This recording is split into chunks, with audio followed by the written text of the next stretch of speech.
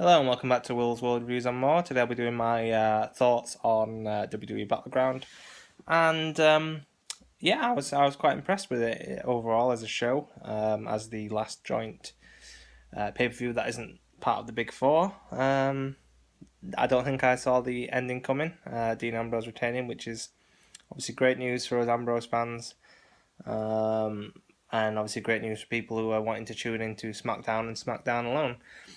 Whether they now decide to have a heavyweight title on Raw, it's still up for speculation. So at this moment in time, Raw managed to retain the US title, Women's Championship. It has obviously, and the tag titles, where SmackDown has the World title and the IC title.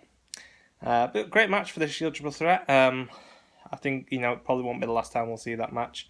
And it was a great match, entertaining, loved every second of it. Nice to see Roman Reigns back.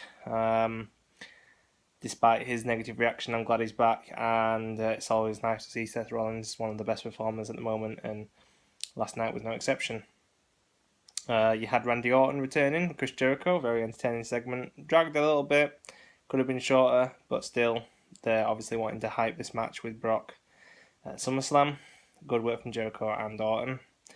Cena and Enzo and Cass picking up the win against the Club. Decent match. It's always good to see the Club. And Enzo and Cass obviously benefiting from working with Cena. I thought the Club might implode with them splitting up, but it was a fairly innocuous ending to it, I suppose. Owens and Zayn, fantastic as always. That's what you expect from those two. Becky Lynch and Natalya, not much to say. There, good match, but it's by the by. Bayley being the surprise partner of Sasha, as everyone kind of assumed. Decent match. We'll see what happens. Whether Bayley gets called up full time or whether it's just a one-off. And then of course we had the Wyatts versus the New Day. Probably the right decision having the Wyatts win on their final kind of match together.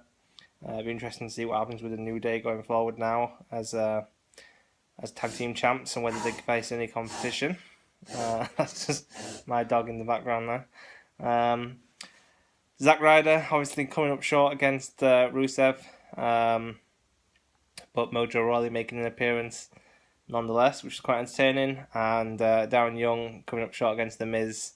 It was a decent performance from those two, and it's nice to see Bob Backlund and Dan Maurice in their respective corners. And then we had, of course, Breezango picking up the win against the Usos on the kickoff show.